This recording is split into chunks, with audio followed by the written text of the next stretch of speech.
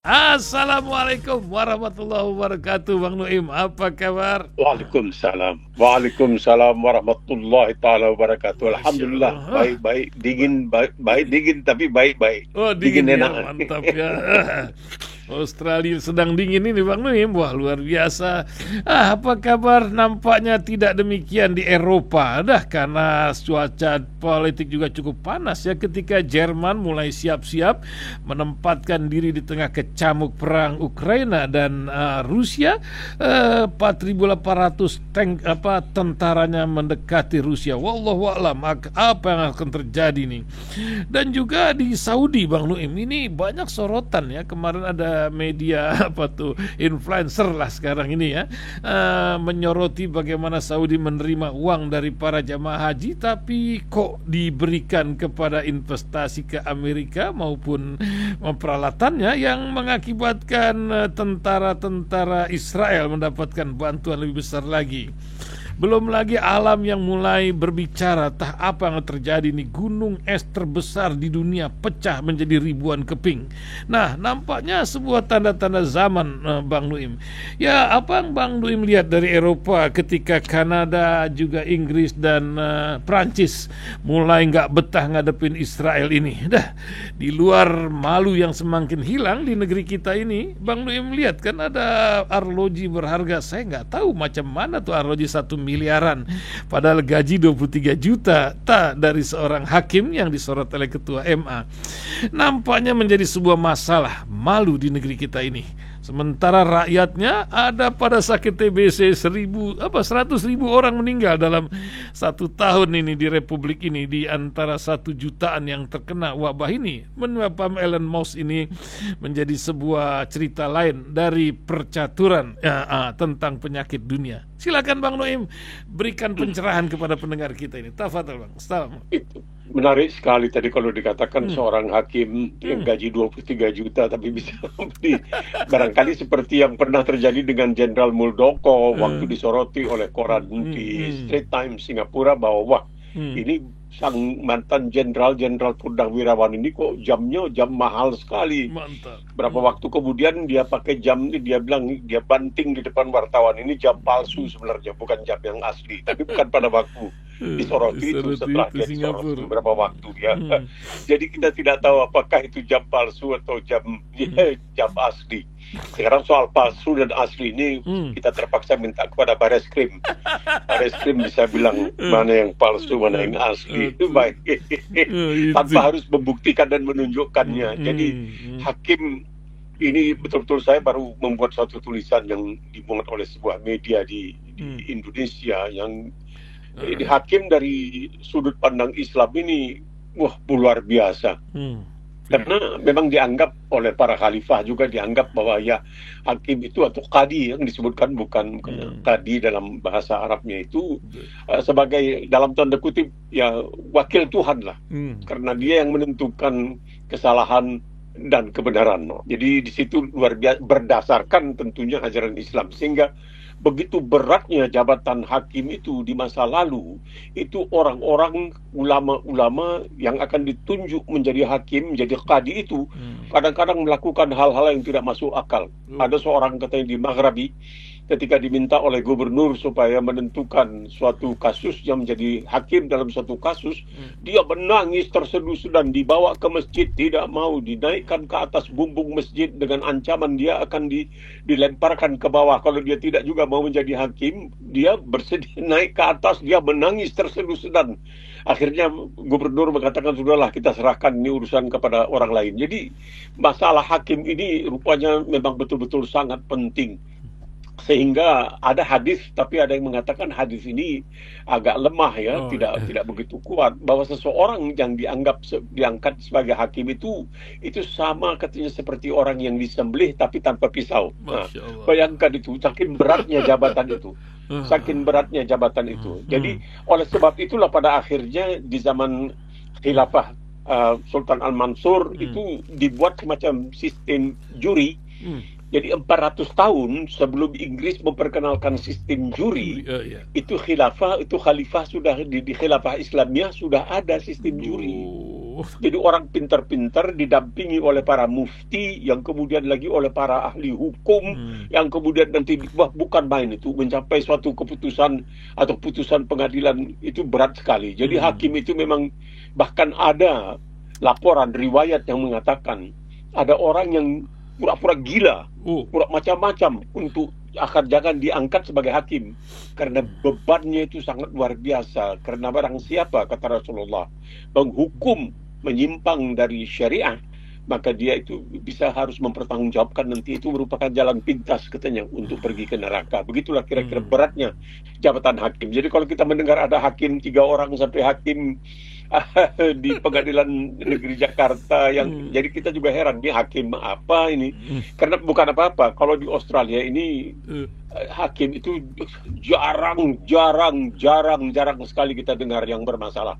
Ya mungkin putusannya tidak disukai. Pernah ada putusan hakim itu yang tidak disukai oleh anggota DPR, anggota parlemen Australia, bahkan menteri itu hakimnya beri ancaman, mereka harus menulis surat permintaan maaf. Jadi saking, karena di sini kadang-kadang jadi hakim itu bukan melalui sekolah hakim, kehakiman, tidak, tetapi ditunjuk oleh negara. Dalam artian ada seorang advokat, ya dia mungkin penghasilannya kan sebagai advokat $2 juta setahun. Kemudian dia memang jitu luar biasa, maka dia didekati, mau jadi hakim nggak? Gajinya 500.000. Jadi gajinya berkurang. Tapi, nah ini dia mendapatkan mobil, supirnya pakai seragam, dan itu merupakan suatu kedudukan martabat yang sangat luar biasa sebagai hakim. Sebagai hakim itu sangat luar biasa. Ya itu yang mobilnya pakai bendera dan lain sebagainya. Jadi mereka meninggalkan uang yang begitu banyak, barangkali memang sudah banyak uangnya untuk mendapatkan jabatan hakim. Tetapi di Australia ini dalam kasus-kasus pidana yang menentukan apakah seorang terdakwa bersalah atau tidak bersalah bukan hakim. Saya berhenti sebentar ya supaya direnungkan. Bukan hakim. Seperti yang saya tulis yang kemarin diterbitkan di sebuah media di Indonesia. Bukan hakim. Yang menentukan itu adalah apa yang disebut sebagai dewan juri. Kadang-kadang dewan juri itu 12 orang, bisa lebih dari, terserah. Nah, ini dewan juri ini terdiri dari orang-orang di atas usia 18 tahun yang sudah terdaftar sebagai pemilih dalam pemilu. Dan dia tinggal di sekitar daerah jurisdiksi pengadilan itu. Dan dia tidak pernah bangkrut. Dan dia tidak pernah terkena tindakan pidana dan lain sebagainya. Dan dia sama sekali tidak mengerti soal dalam arti ilmu hukum, dia tidak tahu. Jadi seorang advokat tidak bisa menjadi anggota dewan juri. Seorang gubernur tidak bisa. Macam-macam tidak bisa. Yang bisa itu hanya orang-orang awam. Dia duduk, dia mengikuti peradilan. Seperti sekarang yang terjadi ini, sedang nanti kita bicarakan kapan-kapan, ini seorang perempuan dituduh melakukan pembunuhan dengan menyuguhkan makanan terbuat dari jamur beracun. Dia balas dendam dan lain sebagainya. Nah, juri ini setelah nanti mendengarkan argumentasi antara jaksa dengan pembela, mereka harus menentukan. Mereka ini yang menentukan, orang-orang yang buta hukum ini, orang-orang yang tidak tahu ilmu hukum ini, yang harus menentukan apakah terdakwa itu bersalah atau tidak bersalah. Kenapa? Kalau hakim dikatakan mewakili Tuhan, jaksa mewakili negara, maka dewan juri ini mewakili rasa keadilan masyarakat. Itu mereka yang menentukan. Singapura pernah mewarisi dari Inggris, tapi akhirnya mengatakan terlalu ruwet ini, ribet ini, lebih bagus jangan dibuang. Nah, inilah di Australia ini begitu pentingnya salah atau benarnya seseorang itu, terdakwa itu benar dia salah atau dia tidak salah, itu diserahkan kepada rasa keadilan masyarakat secara umum. Oleh sebab itu, dalam salah satu bukunya, sastrawan Inggris Charles Dickens itu pernah mengatakan bahwa hukum itu laksana keledai sebenarnya. Padahal kita mengetahui sistem hukum yang berlaku itu tidak ada yang berada di atas hukum, tidak ada yang berada di bawah hukum. Semuanya orang itu sama di depan mata keadilan dan harus ditentukan apakah dia bersalah atau tidak bersalah. Jadi ini penting sekali untuk diingat karena jabatan hakim ini luar biasa pentingnya. Tapi orang di Indonesia suka banyak bilang KUHP, Kitab Undang-Undang Hukum Pidana, dikatakan kasih uang habis perkara. Inilah orang kita ini. Jadi sinisnya luar biasa. Mungkin karena mereka sudah putus asa.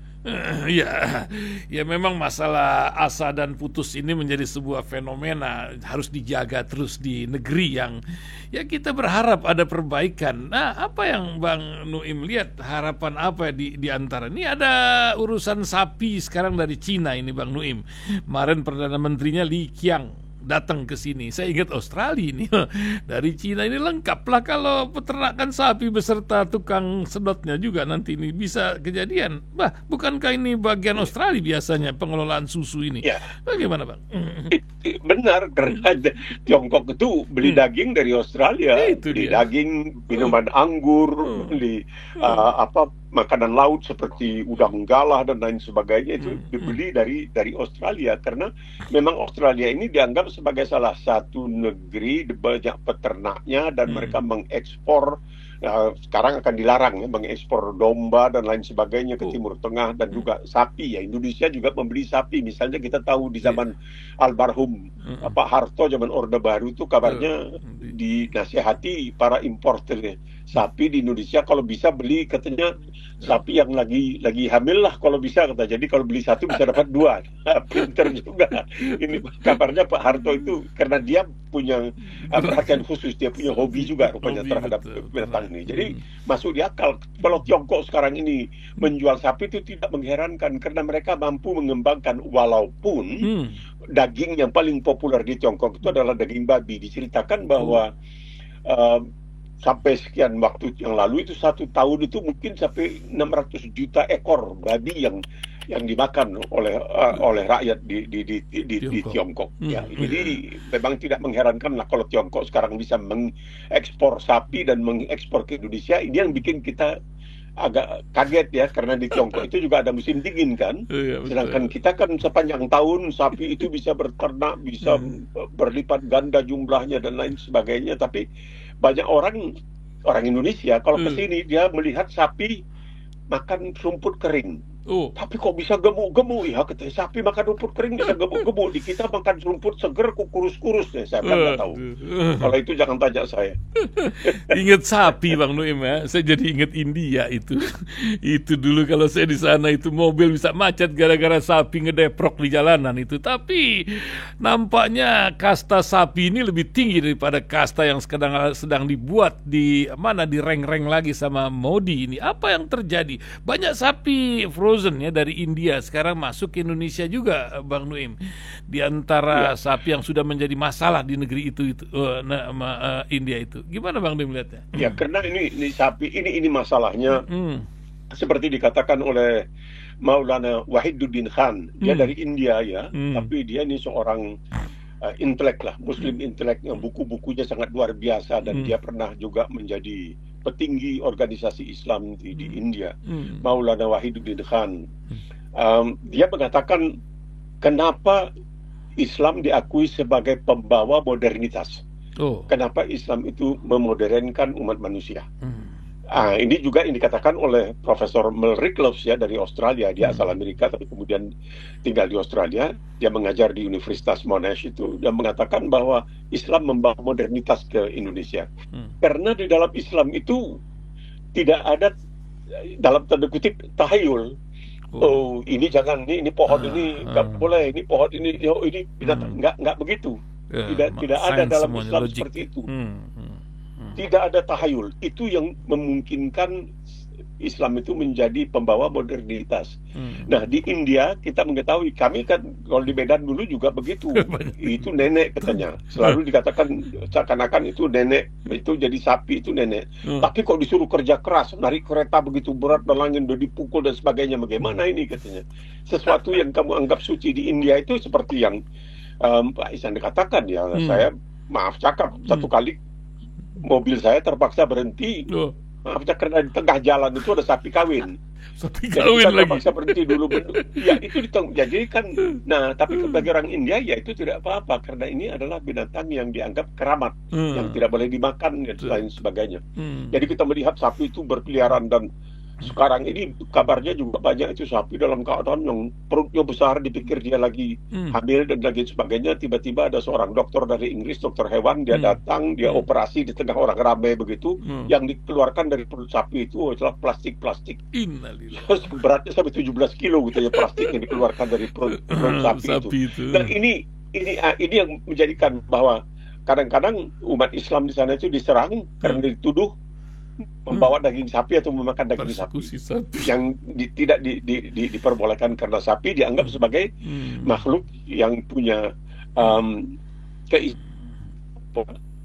sedemikian rupa sehingga ada kepercayaan bahwa, maaf cakap, air kencing sapi itu katanya bisa mengobati HIV zaman itu. Mereka percayanya sampai ke sana.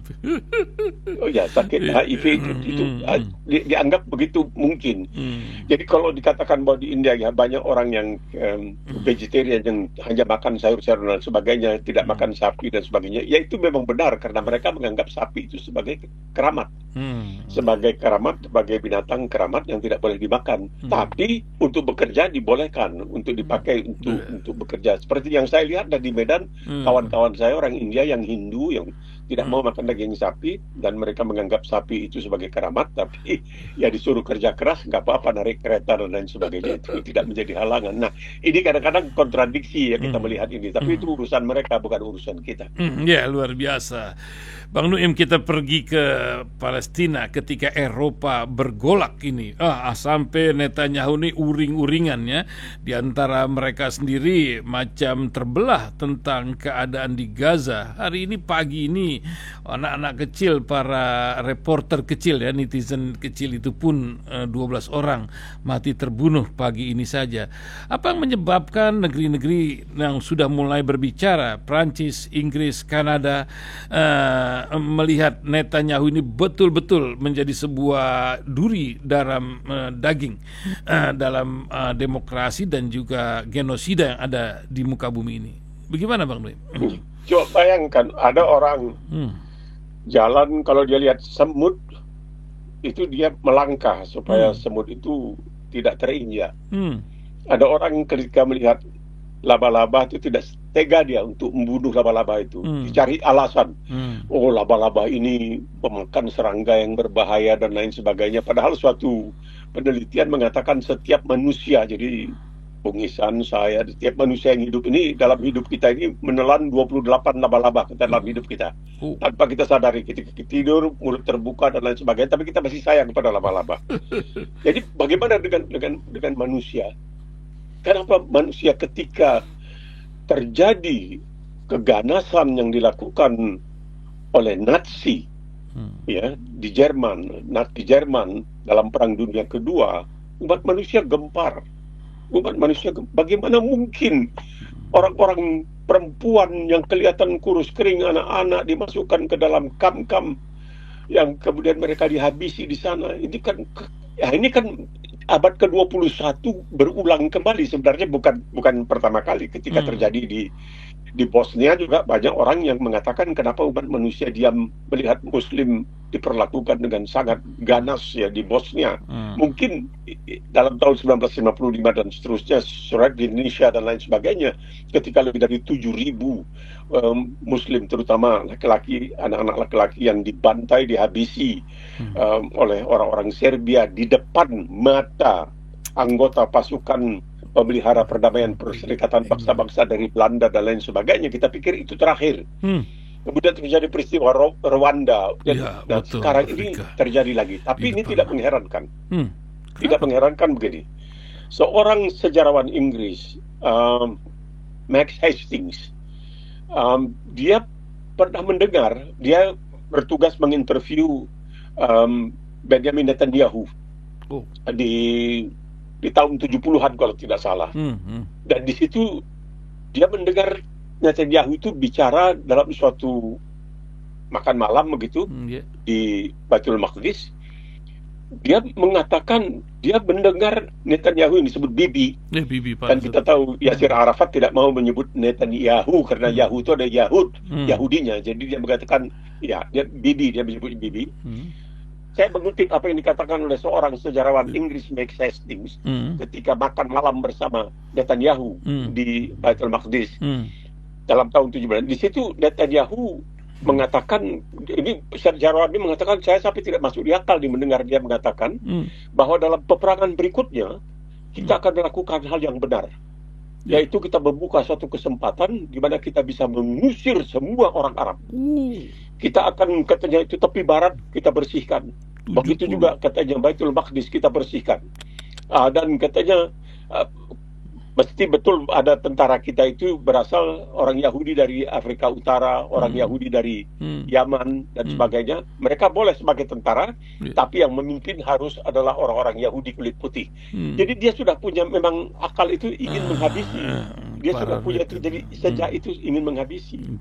Tetapi seakan-akan Barat selama ini tutup mata. Karena apa? Ya mereka juga pernah melakukan kekejaman yang sangat luar biasa terhadap umat Yahudi yang diselamatkan oleh kekuasaan khilafah Islam. Mereka pernah melakukan kekejaman yang sangat luar biasa. Bacalah sejarah.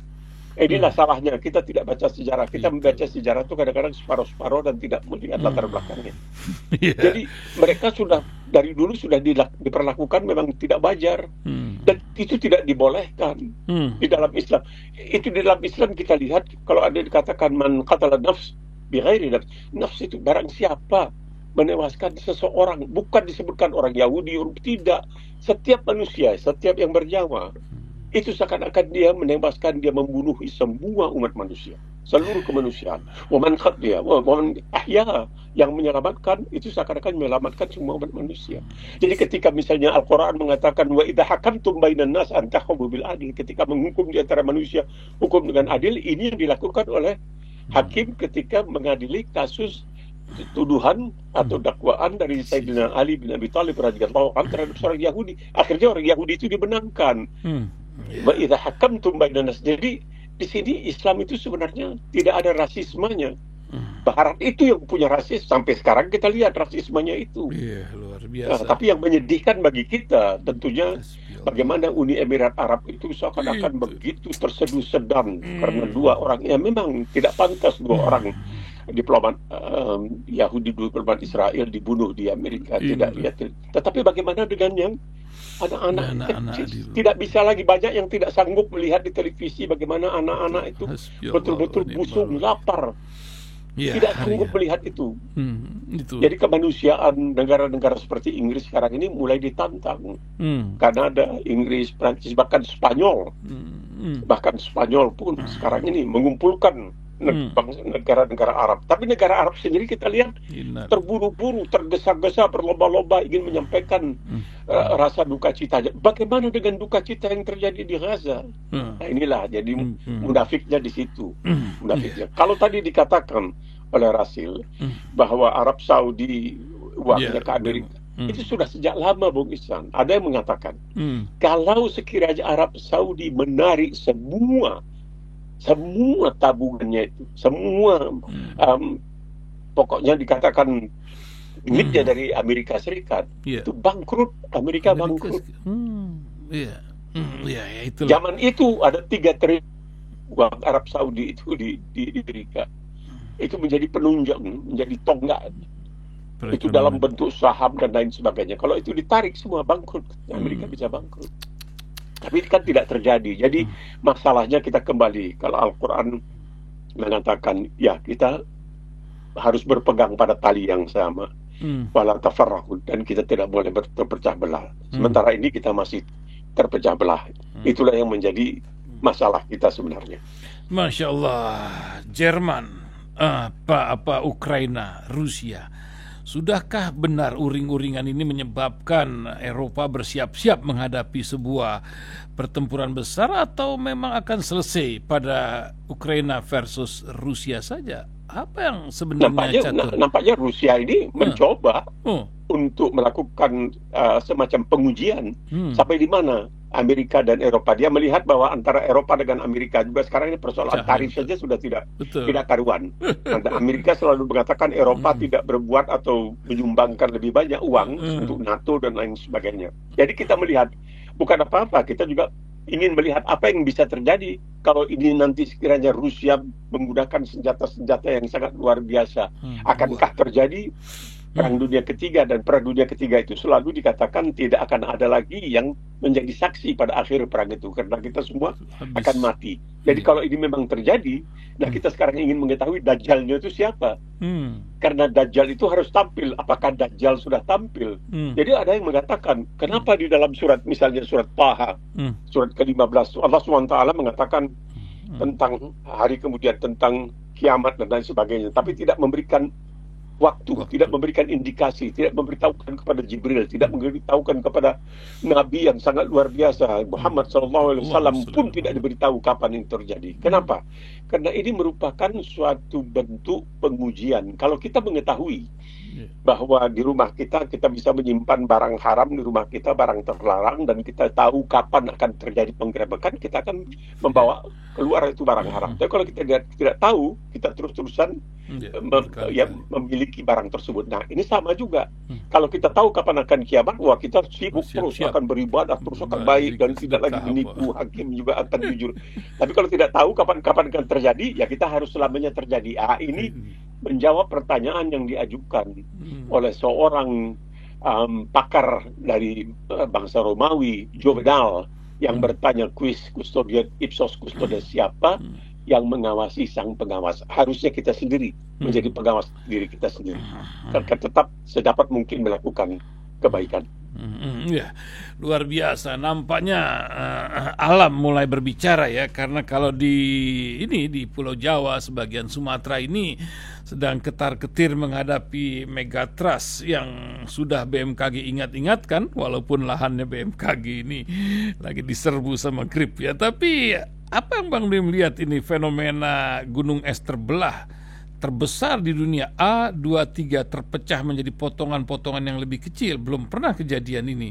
Penguin pada ngacir. Nah, ini sudah lama. Oh iya, terus. Ini sudah lama dikhawatirkan karena akan menimbulkan banjir, dan banyak pulau-pulau yang rendah letaknya itu akan terbenam oleh air. Tetapi ini Bung Gisan, ini yang namanya perubahan iklim ini sangat luar biasa. Hari ini ada laporan yang mengatakan di Laut Tengah, Mediterania, di Laut Tengah sudah terdapat ikan yang tidak pernah ada sebelumnya. Masya Allah. Ini berbahaya. Bukan itu saja, di seberang Selat Melaka di Malaysia sekarang sudah gempar. Begitu banyak ikan lah. Ini kok ada ikan seperti ini yang belum pernah ada sebelumnya. Ini ikan dibawa dari mana? Ikannya macam ikan baung kalau di Medan, ikan lele di Jawa. Jadi bukan ini kelihatan di Australia. Sementara itu di Australia banjir hebat-hebatan, luar biasa di daerah New South Wales, luar biasa. Hujan tidak henti-hentinya dan sebagainya. Baru selesai rumah diperbaiki karena banjir sebelumnya, datang banjir lagi. Coba bayangkan apa yang terjadi. Jadi kalau kita anggap sepi terhadap yang disebutkan perubahan iklim, ini adalah bukti, termasuk melelehnya, mencairnya salju-salju atau es-es yang ada di kutub Cina, utara sana. Dan ini terus mengalir, menambah banyaknya air. Memang bumi kita ini lebih banyak air daripada tanah, dan ini akan membahayakan. Ini barangkali suatu peringatan ya, bahwa kita, karena di dalam Islam itu memang dijaga sekali. Kalau kamu berwudu di sungai yang airnya deras, jangan kamu mubazirkan air itu. Jaga, pelihara dan lain sebagainya. Jangan kamu menebangi pohon-pohon yang ada buah-buahannya. Jangan kamu meracuni air. Jadi menjaga lingkungan hidup itu memang merupakan salah satu sumbangan Islam, yaitu at-taharah minal iman. Kebersihan itu bagian daripada iman kita. Disuruh kita jangan sembarangan buang sampah. Sekarang di Indonesia saja menjadi masalah. Sampah yang dibuang tidak bisa. Kita harus ikut, karena kita ini khalifah yang dijanjikan Allah SWT di dalam Al-Quran. Allah akan menciptakan khalifah di permukaan bumi yang waktu itu ditentang oleh para malaikat. Tetapi Allah mengatakan, ini alamu ma ta'lamun, aku tahu apa yang kamu tidak tahu. Diberikanlah ajaran. Tapi apakah kita menuruti ajaran itu atau tidak? Karena kalau dipikir ya, kita ini harusnya sudah hati-hati karena sekarang ini sudah kian banyak orang yang menderita Alzheimer, demensia, pikun, nyanyok, kalau di Medan sebut nyanyok. Pikun, lupa, dan sebagainya. Ini salah satu hal yang berbahaya karena indikasinya sudah ada dari sejak orang berusia 50 tahun itu sudah bisa karena lupa dan sebagainya. Makanya kita disuruh berdoa. Rabbana la tu'akhidna in nasina aw akhtana. Nasina, kalau aku lupa dan ini Al-Quran itu luar biasa. Luar biasa. Untuk kapan saja sudah ada peringatannya.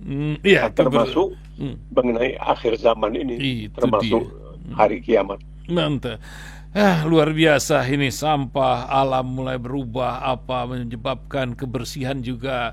Dan ditambah lagi kemiskinan Indonesia yang entah versi mana ya, WHO bilang 60%, BPS bilang 20-an, 30, tapi 20, tapi yang pasti penyakit sedang beredar. Ini Jakarta ini ada cerita lain ketika TBC. Orang menghubung-hubungkannya dengan vaksinnya Elon Musk ini. Apa yang Bang Nuim lihat di balik cerita ini, Bang Nuim? Ya, dulu saya waktu kecil, kita disuruh datang di Medan itu di Lapangan Merdeka dan diberi suntikan BCG kalau tidak salah. Betul ya. Iya, BCG. Itu untuk mengetahui kita sakit TBC atau tidak TBC. Dan ini kebanyakan diderita oleh orang-orang yang miskin penyakit TBC. Tapi bukan berarti tidak bisa diobati. Karena banyak penyakit lain. Ya ini karena ada Bill Gates saja jadi orang mengatakan kenapa jadi kelinci percobaannya kok di Indonesia tapi kantornya kok di Singapura. Ya kita tanya sendirilah kepada diri kita. Nanti kalau sekiranya saya baru menerima kabar ini dari seorang anggota keluarga saya dia mengatakan, waduh, katanya dia bilang Ami itu artinya pakcik dalam bahasa pakcik dari pihak abang dari pihak kakak laki-laki. Dia berkata, waduh, ini susah katanya. Kalau mau bikin gubuk di sini, beli bahan mesti dari organisasi ini. Saya bilang ke toko, nggak bisa. Di sini yang berkuasa itu organisasi-organisasi tertentu. Saya bilang, kita negara hukum. Tidak percaya, tanya kepada Luhut bin Sarpanjaitan. Dia paling sering bilang kita negara hukum. Tanya itu, jenderal itu. Enggak lah katanya. Di sini kalau beli bahan bangunan mesti beli dari organisasi. Organisasi apa ya? Tahu sendirilah katanya. Dia pun tidak berani menyebutnya. Mungkin dia takut.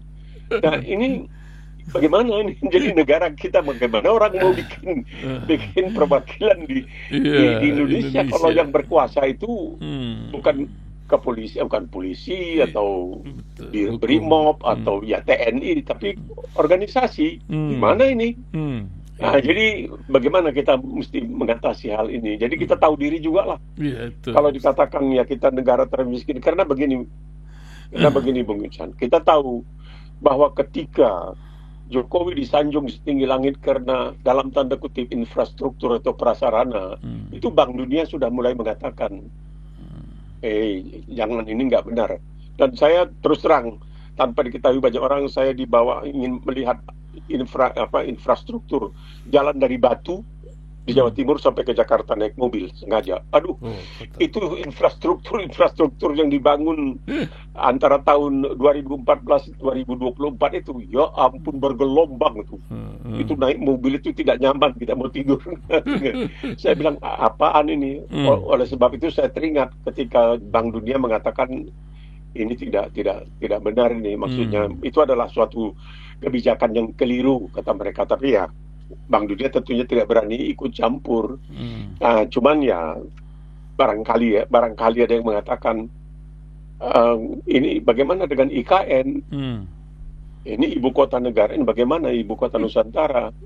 Barangkali ini merupakan, ada yang mengatakan mercusuar, tapi ada juga yang mengatakan, nah ini pinternya si Bapak yang berkuasa antara tahun 2014-2024. Dia bisa bilang, tuh zaman aku tuh maju tuh IKN dibangun, sekarang mangkrak.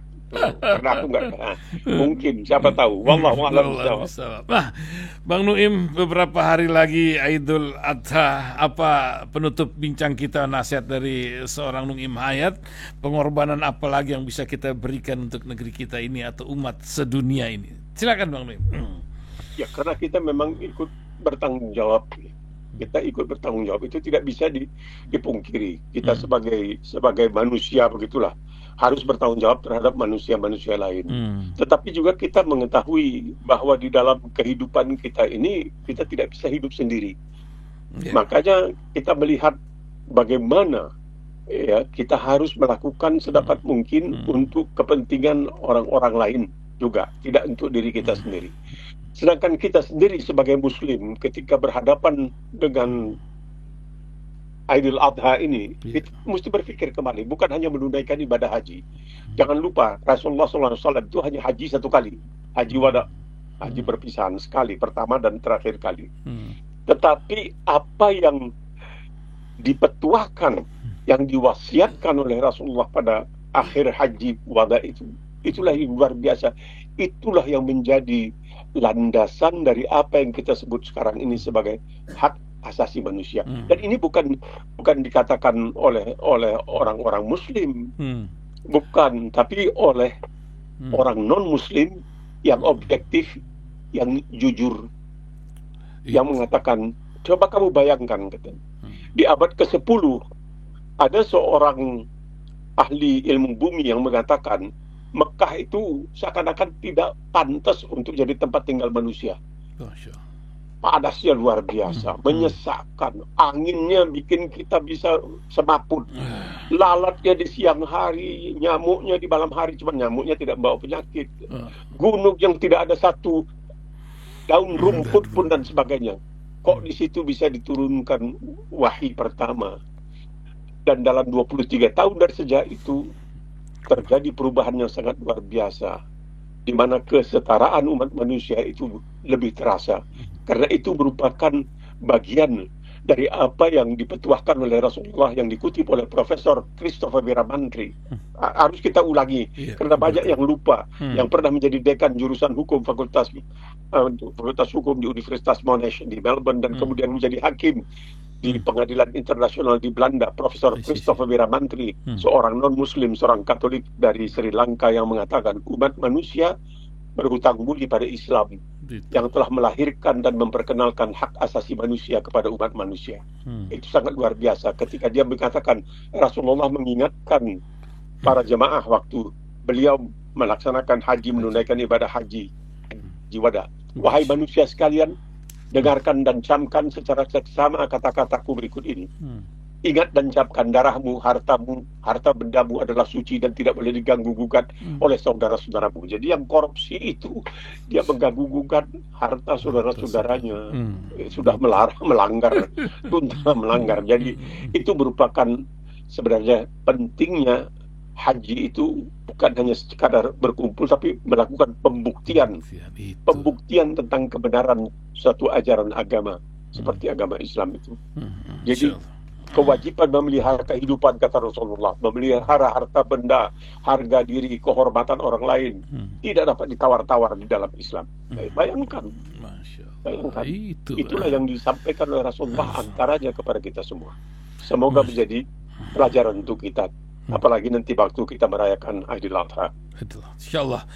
Wah, luar biasa. Terima kasih Bang Nuim Hayat. Semoga dinginnya Melbourne membawa kesehatan pula buat Bang Nuim dan keberkahan atas kemanfaatan ilmu dan waktu yang Bang Nuim berikan buat kita semua. Terima kasih Bang. Assalamualaikum warahmatullahi wabarakatuh. Assalamualaikum warahmatullahi wabarakatuh.